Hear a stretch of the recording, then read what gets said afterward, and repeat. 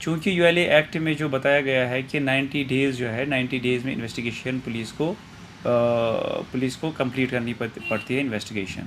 تو اگر ان کو لگے کہ انویسٹیگیشن جو ہے اس کی پروگرس جو ہے اچھے سے نہیں ہو رہی ہے، انویسٹیگیشن پوری طرح سے نہیں ہو رہی ہے، وہ اس ضمن میں اپنے پبلک پروسیکیوٹر کے ساتھ رابطہ کر سکتا ہے. اور پبلک پروسیکیوٹر جو ہے وہ ایک اپلیکیشن دائر کر سکتا ہے کورٹ میں، جو متعلقہ کورٹ ہوگا اس میں وہ اس اپلیکیشن میں لکھتا ہے کہ چونکہ 90 ڈیز میں جو ہے اس کیس کی جو بھی کوئی کیس ہوگا انڈر ان لافل ایکٹیویٹیز پریونشن ایکٹ، اس کی انویسٹیگیشن پوری نہیں ہو رہی ہے تو وہ کورٹ سے ٹائم کی ایکسٹینشن کے لیے اپلیکیشن کرتا ہے. اور پھر اگر کورٹ کو کوئی ریزنیبل گراؤنڈ ملتا ہے تو وہ پھر 90 ڈیز کو 180 ڈیز تک ایکسٹینڈ کرتا ہے کورٹ، تاکہ پولیس جو ہے وہ اس کیس میں انویسٹیگیشن پوری کرے، اچھے سے کرے. تو دیٹ مینس کہ 3 مہینے سے لے کر 6 مہینے تک اس کیس میں انویسٹیگیشن کے لیے ٹائم رکھا گیا ہے. تو بیل بھی اس مدت میں نہیں ہو سکتی ہے؟ بیل اس دوران نہیں ہو سکتی ہے. اگر کوئی اپلیکیشن آتی بھی ہے عدالت کے پاس کسی شخص کے ریلیز کے لیے، تو اس حوالے سے کورٹ پہلے دیکھتی ہے کہ اگر کوئی چالان پیش ہوتا ہے اس دوران تو بیل نہیں ہوگی. چونکہ پولیس اس دوران 180 یہ 6 مہینے جو ہے لگ بھگ یہ ہوتے ہیں 180 ڈیز، 180 ڈیز تک وہ چالان پیش نہیں کرتے ہیں. ان کا مدعا اور مقصد یہی رہتا ہے ناٹ اونلی انویسٹیگیشن، بٹ وہ چاہتے ہیں کہ اس بندے کو نہ جیل میں ہی بند رکھے. تو اس سلسلے میں وہ 180th ڈے پر ہی چالان پیش کرتے ہیں نارملی.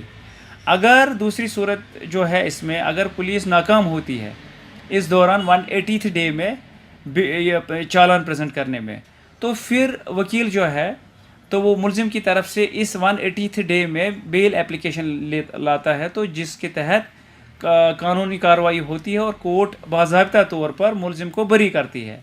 اس بیل کو ہم ڈیفالٹ بیل کہتے ہیں. ڈیفالٹ بیل اس لیے کہتے ہیں کہ پولیس ڈیفالٹ کرتی ہے اپنی انویسٹیگیشن رپورٹ بھرنے میں یا چالان بھرنے میں، اسی لیے اس کو ہم ڈیفالٹ بیل بولتے ہیں. لیکن نارملی اس لاسٹ ڈے پہ جو ہوتا ہے 180th ڈے جو ہوتا ہے اس میں پولیس چالان پیش کرتی ہے. اس کے بعد کیا پروسیجر ہوتا ہے؟ چونکہ بیل نہیں ہوگی، اب چالان پیش ہو گیا، اب ویٹ کرنا پڑتا ہے جب تک کہ نا سفیشینٹ ایویڈنس آن ریکارڈ آ جائے گی. اگر کوئی پھر گراؤنڈ بنتا ہے تو اس کے بعد ہی بیل پاسبل ہے، ادروائز ناٹ. ملک کی سالمیت کے خلاف کام کرنے والوں کے علاوہ کن جرائم پر اس کا اطلاق ہو سکتا ہے؟ چونکہ یہ جو ہے بیسیکلی اس کا مدعا اور مقصد یہی ہے کہ ریزنیبل ریسٹرکشنز لگائی جائے، چاہے اخبار کے ذریعے، چاہے سوشل نیٹ ورکنگ سائٹس کے ذریعے سے حوالے سے، یا کسی اور طریقے سے بات کرنا چاہتا ہے. اگر اداروں کو لگے کہ یہ بات جو ہے وہ جاتی ہے against sovereignty and integrity of India, تو وہ بالکل اس حوالے سے کیس دائر کرتے ہیں اس کے خلاف انڈر ان لافل ایکٹیویٹیز ایکٹ کے تحت. اور کیس دائر ہونے کے بعد جو پروسیجر ہے وہ تو آپ کو میں بتا رہا ہوں. آپ عدالت میں مختلف معاملات دیکھتے ہیں، کہا جا رہا ہے کہ آج کل PSA اور UAP کے زیادہ معاملات عدالت میں دیکھے جا رہے ہیں، یہ کہاں تک صحیح ہے؟ بالکل صحیح ہے.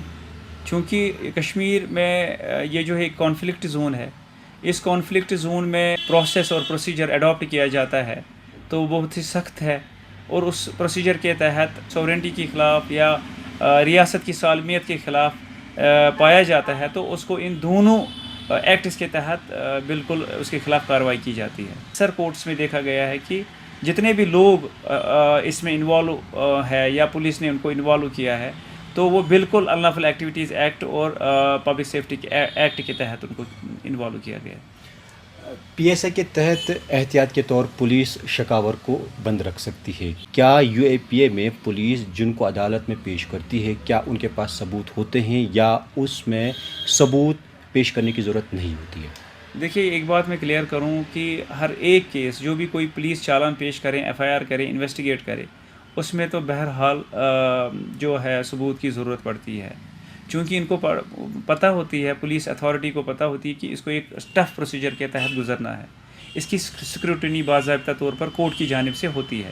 تو ایز سچ جو ہے کہ اس کا پروف بالکل لازمی طور پر چالان کے ساتھ رکھنا پڑتا ہے.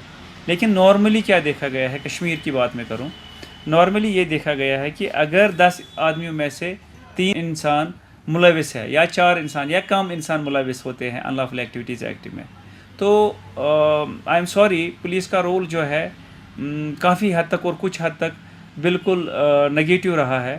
تو اسی لیے اکثر لوگ جو ہے وہ ان ایکٹس کے تحت بری ہوتے ہیں کیونکہ ان کے خلاف کوئی بھی ثبوت عدالت میں وہ پیش کرنے سے قاصر رہتے ہیں. بحثیت ماہر قانون، کیا اس ایکٹ کا صحیح معنوں میں استعمال ہوتا ہے یا نہیں؟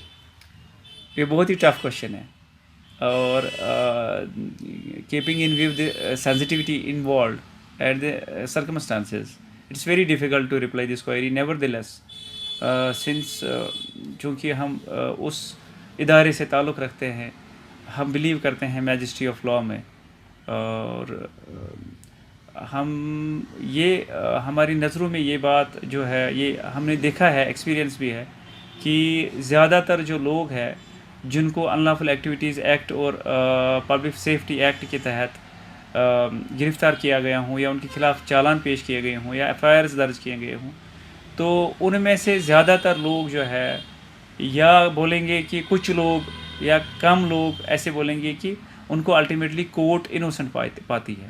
بہرحال یو اے پی اے کے بارے میں ہمارے ناظرین کو مدلل جانکاری دینے اور ہمیں اپنا قیمتی وقت دینے کے لیے آپ کا بے حد شکریہ. بہت بہت شکریہ آپ کا بھی. Thank you so much.